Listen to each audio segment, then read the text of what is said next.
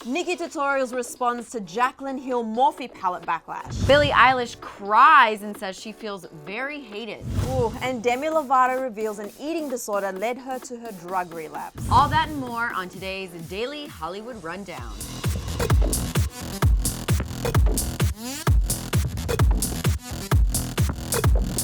What is up, you guys? Welcome to today's episode of the Daily Hollywood Rundown, also known as the DHR, also known as DHR. I'm Sussan Morad, and our managing news editor, Maddie, is here today filling in for Emil. Hi, guys. You've seen Maddie here before, so we're going to just jump straight into it. But before we do that, I know this.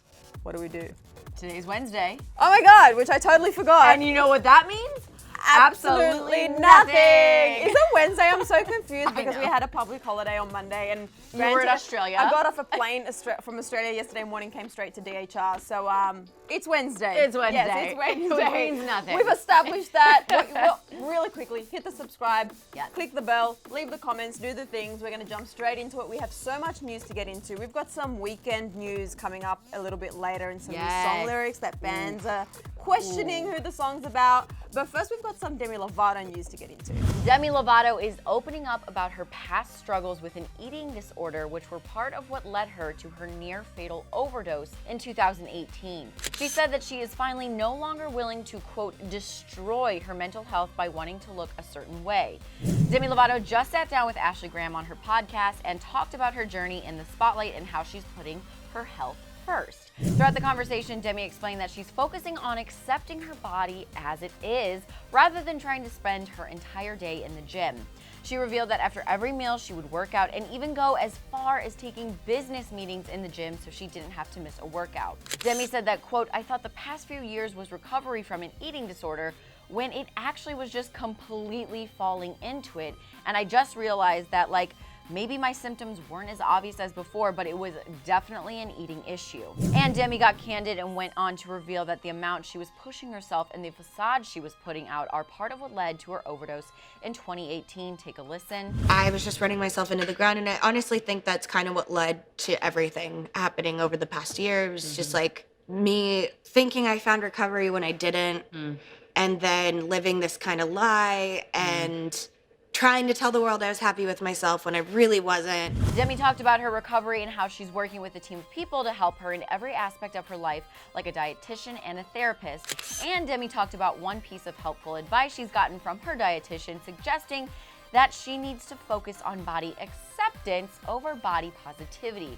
Demi revealed that as much as she preaches it, she can't always get there herself. So it's like now when I look in the mirror and I start to have a negative thought, I don't stop and say, no, you're beautiful, you're gorgeous, I love you, you're perfect the way you are, because I don't believe that. She revealed what she does instead to overcome the negativity. So what I say to myself is, nope, you're healthy, and I accept you. Oh, that's And that's powerful. all I need to do is accept you. You know, You're healthy, I don't, and I accept you. Yeah. And we love this here at Clevver, such a powerful message. And I have such a sweet spot for Demi, so I'm just so happy she is alive and here to share her story. And we're seeing her Grammy performance, her Super Bowl performance, and she is just everything. She is thriving. We are so here for it. Yeah. And it was wild to hear that she would take business meetings in the gym. I would So love she to wouldn't do that, miss- but you guys, literally, I haven't worked out since July last year. You look fine. Thank you. I just have a fast metabolism, but yeah, I'm gonna take a leaf out of Demi's book and really just focus on acceptance. And I loved all the messages. So we're so here for it, Demi. Yeah. Our girl Billie Eilish's winning streak is nowhere near over. She is killing it everywhere you look. She's winning an award, and rightly so. And last night at the Brit Awards, she actually opened up on stage about something that was really upsetting, but it really did have a nice ending. Billie Eilish's award-winning streak is not over yet, people. Last night, Billie, Phineas, and fam attended the 2020 Brit Awards, which is the British phonographic industry's annual popular music awards, basically the British version of the Grammys. Billie took home her first ever Brit Award for International Female Solo Artist, and it was such an exciting night, but things also got serious during Billie's acceptance speech. Before she got into the heavy stuff, Billie thanked her fellow nominees. Before I say anything, Lizzo, Ariana, Camilla, Lana, you're the only reason I exist, so thank you for you guys. You deserve this. She then got pretty emotional while accepting her award, saying, I felt very hated recently, and when I was on the stage and I saw you guys all smiling at me,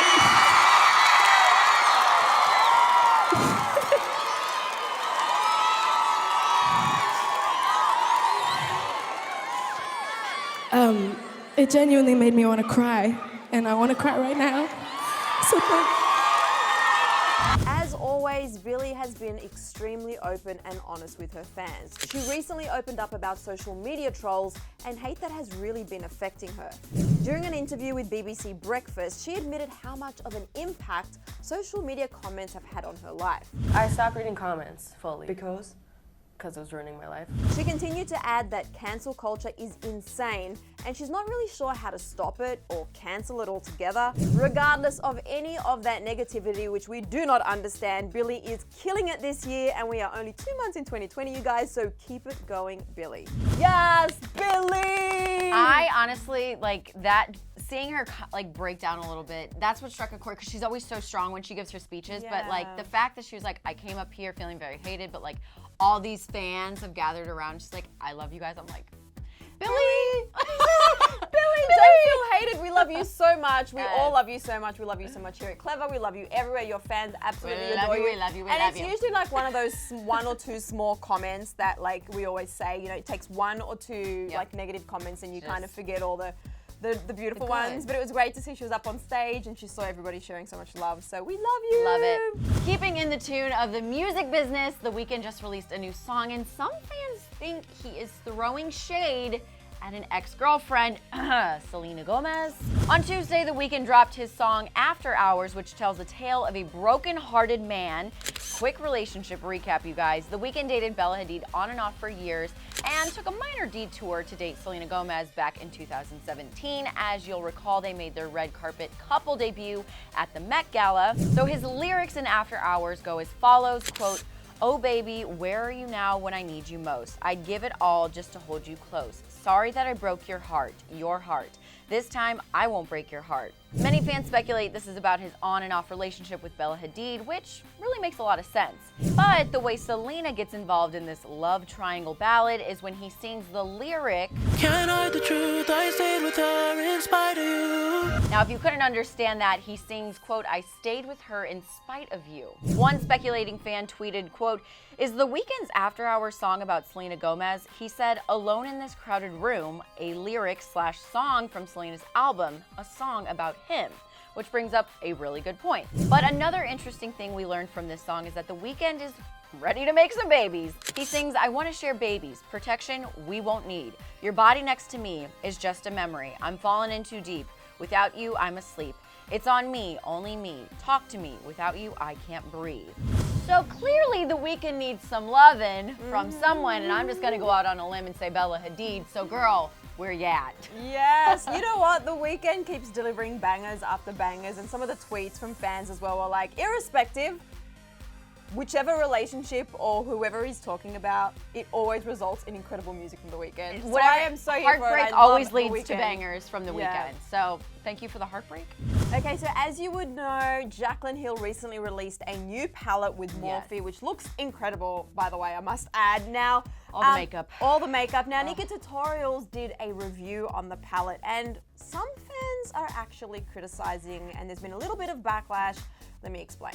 Nikki recently posted a brand new makeup review video to YouTube called The Truth, Jaclyn Hill and Morphe Volume 2 Palette Review. Now, Nikki is one of the most trusted beauty influencers on YouTube, and fans love her honesty in her review videos. However, it seems that despite the title of the video, some fans are questioning and alleging that they think that maybe Nikki wasn't being completely honest in her review because she's a Morphe affiliate. There was also some confusion about whether or not the video was sponsored. Now, first of all, NikkieTutorials' review of the Jaclyn Hill and Morphe palette was comprehensive and detailed like all her videos, recreating some amazing looks. Nikki also praised the palette for the most part and said that she actually thought it was even better than the first. In her video, Nikki uses some icons to symbolize information about products in the video to let you know if it's A, bought with her own money, B, received in PR, C, sponsored, or D, affiliate code. Now, Nikki also tells us in the video herself that she is a Morphe affiliate. Even though I am an affiliate to Morphe, doesn't mean I'm gonna lie about my experience, and I'm sorry, but the proof is gonna be in front of you. If you see an eyeshadow being patchy, you're gonna know the truth. However, some fans have been critical of Nikki's review. In particular, Twitter user Kevin James Bennett, who asked, how is the review credible, pointing out that he believed that the review was marked as sponsored and that Nikki is a Morphe affiliate, tweeting, top YouTube influencer gives the Morphe brushes and Jaclyn Hill Volume 2 palette a great review, after marking it a sponsored video and stating she is a Morphe affiliate. She's paid a lot of money for the review and receives commission if you purchase using her code. How is this review credible? He also followed up saying, I took screenshots. It's clear that the ad icon is flashing next to the word sponsored, not the affiliate code icon. To be honest, it's a little confusing to make sense of the screenshots he's referring to as they weren't attached to the tweet. However, pretty soon others started chiming in with their thoughts and confusion, like this person who said, timestamp? In a description box, it says at the very bottom, it is not sponsored. Followed with, I found it at 1:18. Why does it have to contradict the description box? How confusing for subscribers. And this person who said, I would say she's lying and violating FTC rules because she clearly states not sponsored in the description box, but then has an ad and sponsored in the video. There were also people like this person saying she has an affiliate code, she's not going to give a bad review, and that they thought Nikki said the eyeshadow blended well, when in their opinion, they visibly thought it didn't. Anyway, you guys, it's very likely that people were more confused about the key Nikki uses that flashes rather than her using the breakdown to say it was actually sponsored. Because someone on Twitter actually straight up raised the question of whether Morphe paid Nikki to make the video, and she actually responded. In talking about Jaclyn Hill, this user said, quote, also found it interesting NikkieTutorials made a video days after it not selling out. I'm sure Morphe paid a pretty penny for her to make that video. Just an observation. And Nikki actually saw the tweet and replied saying, quote, if Morphe paid me for the video, I would have disclosed. My video was not sponsored. But that's not all, you guys. Nikki was then asked, did Morphe ask you to make one? To which Nikki straight out said, no, they have not. I was a little bit confused and I went through and I watched the video and I was looking for the flashing sign of the actual sponsored icon, and all I could see was the affiliate icon. But at the beginning of the video when she gives the key, you actually see the sponsored because it says if you see this icon, it means it's sponsored. Okay. I feel like I've got to watch it another 2 times just in case I missed it. Because I feel like and you know, Nikki is one of the most trusted YouTubers and beauty influencers, so I think there's just maybe been a misinterpretation of the key flashing at the beginning, people thinking that means it's an ad when she's saying, no, if you see this icon in the video, it means it's an ad, but then I couldn't see the icon. Some people think they said they saw it, but Nikki specifically said in the description it's not sponsored, and she said so on Twitter herself. Okay, you know what time it is. It's so funny that you reminded me about Hump Day, because like in the moment I was like, it's not Monday, it's not the Monday DHR song, because I've been so confused about what day it is. Yes. But now it's time for the final rundown. 1.5 minutes on the clock. Maddie, you're going to kick us off with our very first story. All right, I got to work on that. Starting now. All right, so Harry Styles and Kendall Jenner reunited at the Brit Awards and fans are freaking out. Harry Styles had a big night at the Brit Awards Tuesday night. He may have not won any awards, but his performance and his reunion with ex-girlfriend Kendall Jenner made him a winner regardless. The two met up at Sony's Brit Awards after party in London, and a fan got a picture of them mingling and talking and hanging out, so of course, fans are freaking out. We know these two are good friends, if not anything more. But moving on to our next story, again, more on Harry Styles, because we just can't get enough of Harry. And it's about Lizzo making a joke about sleeping with him. It's a joke. Oh. In a hilarious new interview with Kiss Breakfast's Tony and Daisy, Lizzo revealed some cheeky details about a Harry collaboration. When asked if a collaboration was on the cards, she said, quote, the collab happened last night. Lizzo then burst out laughing, explaining that she had too many inappropriate jokes, and as they continued to laugh and joke about it, Lizzo said this. We collabed, his in my And our next story is Tana Mongeau and Logan Paul.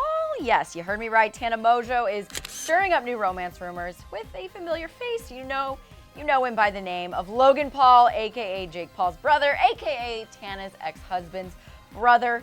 her former brother-in-law. The two were spotted out together earlier this week with him giving her a big embrace and a kiss on the head.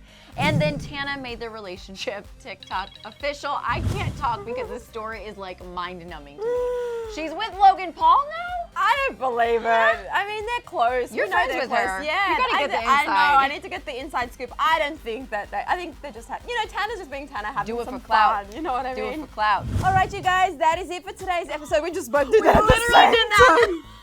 Excellent. That is it for today's episode of the Daily Hollywood Rundown. Yes. Maddie, do you have a question? I do have a question for you guys.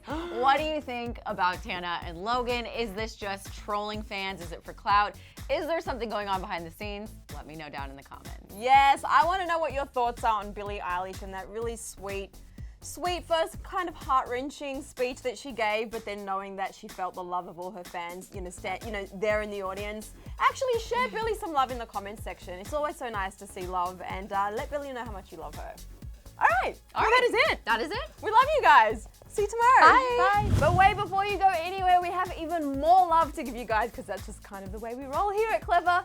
And it's the form of a video. Yesterday's DHR is right over here, and all you need to do is click it and receive so much love. So much love. And you guys don't forget to subscribe because don't you want to be loved?